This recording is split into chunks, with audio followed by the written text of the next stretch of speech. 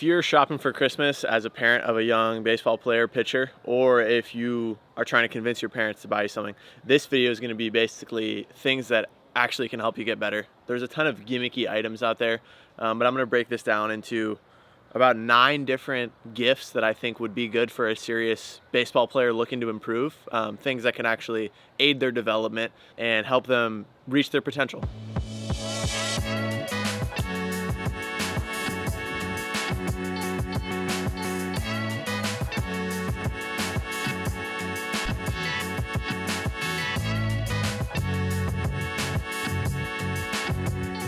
So a little background on me if you are new here. I got drafted by the Chicago Cubs in 2021. I played at Cal Poly, Oregon State in a JUCO in between.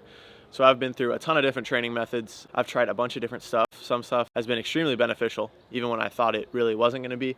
And other things didn't help at all, even though they've been touted amongst the baseball community as something that you definitely need. Today I'm going to show you a handful of gifts that serious players and serious parents should invest in, things that actually help you increase velocity, strength, help you figure out your mechanics, recover better, etc. So if that sounds like something you are interested in, this video is for you. I know we got Christmas coming up, so it's a hot time to buy something, and we want to make sure that we get something that's actually worthwhile and can help us. All right, so number 1 is going to be a pocket radar. This is a phenomenal invention. Really shout out to the people at Pocket Radar for coming up with this. Before Pocket Radar, most radars that were reliable would be around $600. So now we have one around $300 used, maybe even $200 if you find a deal that can basically give us great feedback. We can use it to measure more than just pitching velocity. We can measure med ball throws with it. We can measure exit velocity as a hitter. We can measure plyos. We can measure so many things with it, and it's really an awesome tool, and it's pretty darn accurate for the price point.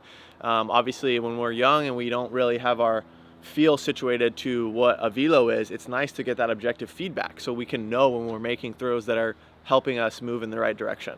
Number 2 is going to be a gym membership. Now, most people watching this probably have access to a gym. For those of you that don't, that's got to be a priority. If you're trying to get better at baseball, and especially if you're in high school, that is going to be a massive thing for you. It is going to be able to get you stronger. You're going to be able to work on different mobility things. You're going to become a more well-rounded athlete, and obviously that'll translate to your specific position.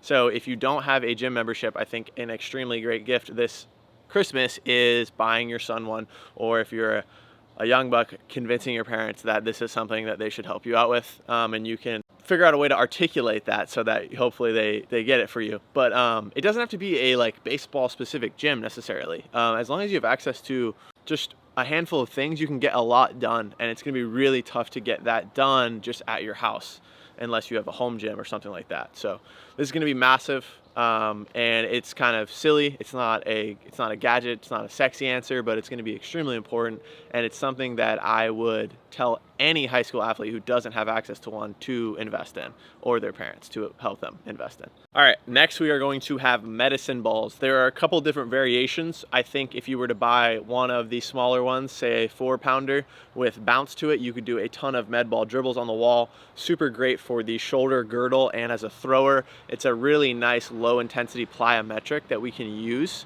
to build capacity in our shoulder and our elbow.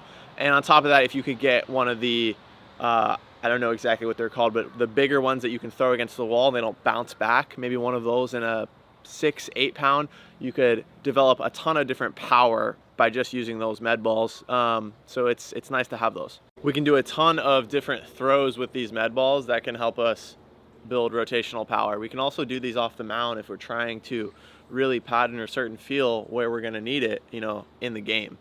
Smaller one for med ball dribbles against a concrete wall, that would be super beneficial. And then a larger one, maybe a bit heavier, that you could throw around. This next gift is going to be the highest return on investment out of this whole list. And that is going to be training and or coaching. Talking about someone that can fully integrate your current frustrations and plateaus and basically develop a plan around that so that you can consistently make progress. Someone that can give direction to your effort that you're already putting in. And when I say coaching, I don't mean just any coaching. I don't mean just a lesson here or two every week.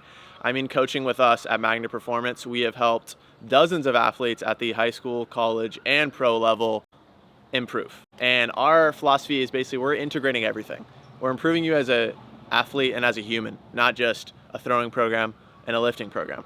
To us, that is a lazy way to go about this. We are going to audit your nutrition, your lifestyle, your mental ability to compete out there, and then of course, top tier training in terms of throwing program, lifting, etc. Again, we provide direction for the effort that you are already putting in or your son is currently putting in. So we provide a simple roadmap to clear up all the noise, and they are left with their effort going in a positive direction. If you're serious about getting better in 2026, then I would strongly encourage booking a discovery call with us. It's completely free and you can learn more about it. Number 5 is going to be this thing. I call it a finger strengthening block. It was popularized by mountain climbers actually, but I was turned on to it by a guy much smarter than me, and now I've used it in my arm care routine basically to strengthen my different fingers. A lot of you guys are pitchers watching this. Why do we not train our fingers? Doesn't really make sense, especially when these 2 fingers run all the way up to your UCL. And in my opinion, have an integral part in keeping it healthy. So with this, you can wrap a band around it and you can train your different fingers. There's different depths inside of the block. If you want more or less leverage, I think it's a great way to get a stimulus with your fingers that are probably severely undertrained and could potentially benefit your performance and or the ability to stay on the field and be healthy if you are a guy that has dealt with forearm, UCL, flexor issues in the past. All right, next one is going to be a budget option. These are relatively inexpensive. You can get some on Amazon for around 15 bucks, I think. And what I'm talking about is orange lens glasses, and blue blockers, as some know them as, have been popularized over the last couple years. I started wearing these in 2017 actually, and they drastically improved my sleep. They've allowed me to recover extremely well, and I think that's part of the reason why I haven't had a significant injury playing this game as a pitcher in this day and age when injuries are so common. But essentially what blue blockers do is help the blue light that may be in your home after the sun goes down not have a negative effect on your sleep as much as it would, and kind of ruin your circadian rhythm, and that whole cascade has a strong effect on all of your hormones and the recovery process. The next one is kind of in the same vein here, and this is going to be out there for some of y'all. Some of y'all may be hip to this already and have been looking into it, but it's going to be basically getting a couple light bulbs that actually fit your light environment so that we can optimize that. And that has a cascading effect onto all of these other things. It really helps you get the most out of your training and recover better. And what I mean by this, you're like, I already have light bulbs. Why do I need different light bulbs?